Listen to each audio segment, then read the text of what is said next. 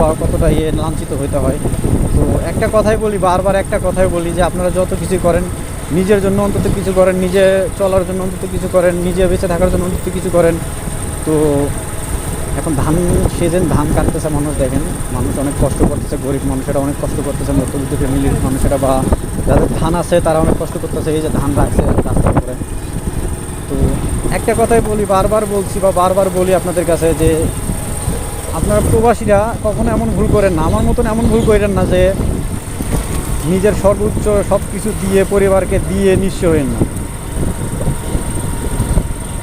কারণ আপনি যাদেরকে আপন ভাবতেছেন তারা আপন না, তারা কখনোই আপন না, তারা কখনোই আপনার আপন না। তারা আপনার জন্য কোনো কিচ্ছু করবে না, তারা আপনার জন্য কোনো কিছু করে নাই, কখনো করবেও না। আপনি সারা জীবন যদি এমন করেন এরপরে কোনো কিছু করবেন। তো একটা কথাই আমি বারবার বারবার প্রবাসী ভাইদেরকে বলি, বারবার বলি, দেখেন কত সুন্দর ভিউ। তো আপনারা লাইক কমেন্ট শেয়ার করেন, আমার ভিডিওগুলো দেখেন, আপনাদের উপকারে আসবে। আমার ভিডিওগুলো দেখেন, আপনাদের উপকারে আসবে।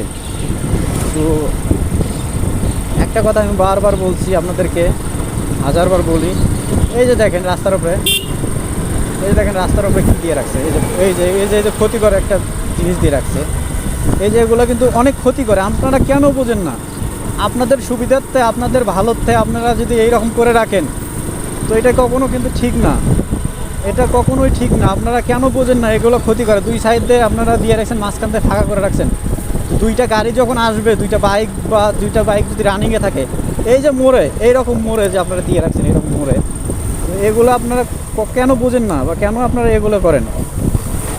তো এগুলোর থেকে আপনারা অবশ্যই একটু সাবধান হন, একটু মানুষকে শান্তিতে থাকতে দেন, মানুষকে এভাবে কষ্ট দিয়ে